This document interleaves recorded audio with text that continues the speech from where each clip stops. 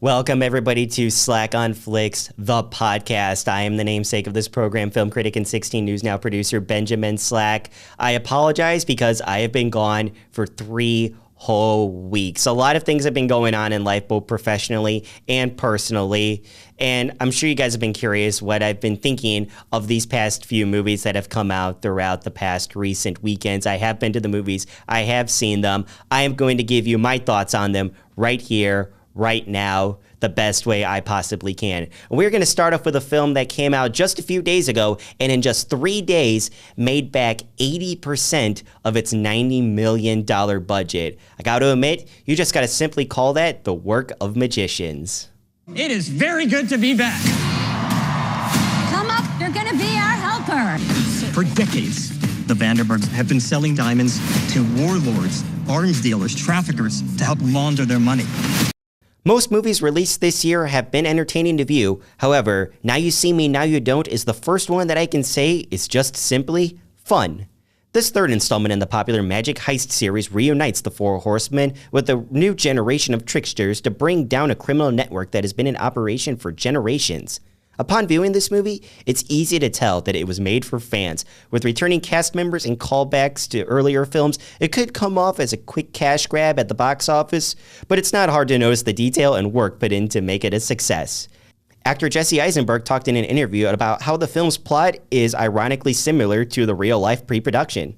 My character's like recruiting the young guys and then like trying to call the originals back, and like part of like happening before the movie was a little bit of that, like, because I know Woody for many years, and so I'm like, Woody, we're doing another movie. Yeah. You in for this one last shot? And so it's a little bit like similar to what the movie is. The expert advisors on our set were magicians. There was a magician on set every day, to help somebody with sleight of hand or someone with card shuffling or, just making everything look easy. It's the ease. I think what's so attractive about magicians is the confident ease with which they bewitch you.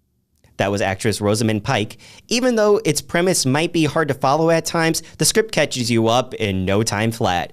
Combine it with the excellent cast chemistry, even between the ones who haven't shared the screen until now, and you have an entertaining, suspenseful, and nostalgic trip that I simply have to call popcorn magic, a Slacker scale A-.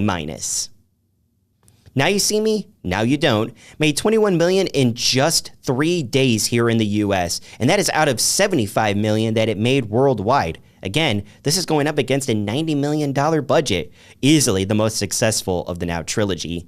Next to it came the second release this past weekend, which made $16,400,000 out of 21 across the globe.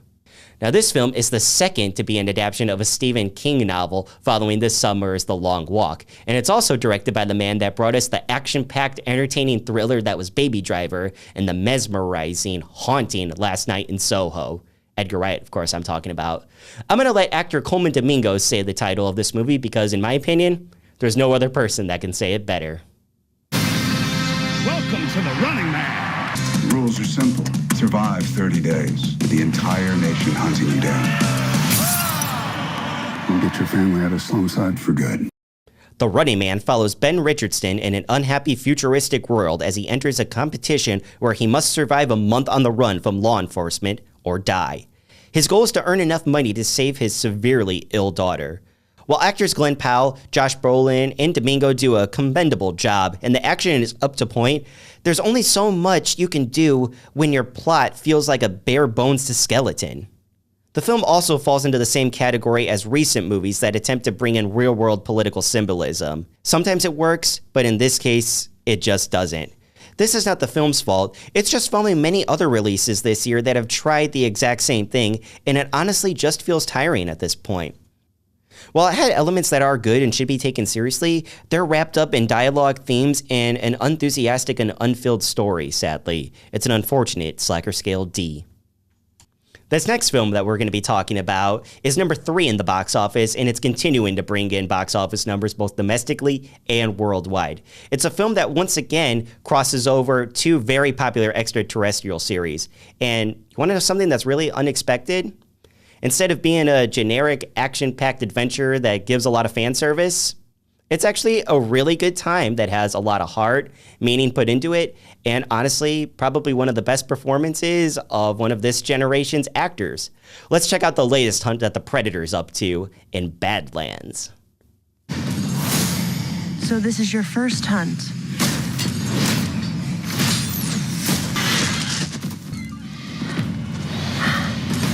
I could help you. In a unique twist of stereotypical storytelling, this 7th entry of the Predator series makes for drama, laughs, and even heart.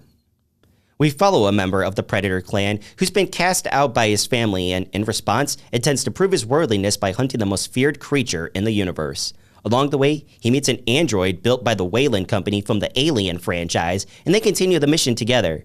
Points go immediately for originality as we get to know the creatures better than ever, and Elle Fanning gives off one of the best performances of her acting career. The special effects crew and everyone behind the scenes also needs a shout out, as the planet the story takes place on is incredibly convincing. However, once on this planet is when the movie begins to fall into recycled plot details, not just from Alien, but from other action fantasy adventures similar to King Kong. Needless to say, if you've seen an Alien film, you know exactly where this plot is going to be heading. Predator Badlands is another one for director Dan Trachtenberg, who also brought us Prey from the franchise. He understands the series enough to take it in a direction I personally did not expect, and that is a big win from the start. It's not the best in the franchise, but it has its moments that don't make it the worst either. A C on the slacker scale. And that's going to conclude this first episode of Slack on Flicks, the podcast for the first time in 3 weeks. Guys, you don't know how happy I am to be back in this studio recording this for you all. I always have a very good time here, giving you feedback on all the movies that I've seen. And just knowing that I have at least one viewer is enough to just keep that energy going and having me continue to do this. I promise I'm going to try and not to leave you so long without an episode again, but you know, as long as you keep supporting me, as long as you keep watching the episodes, I'm not going to go away. Thank you so much, guys. Remember, you can read my full reviews by going to WNDU.com. Even if there isn't an episode released that week, those reviews are still going to be on the website. Continue to read those. Remember, you can also find my previous episodes there and also by going to YouTube. Thank you guys so much for watching. I promise I'm going to see you all next week.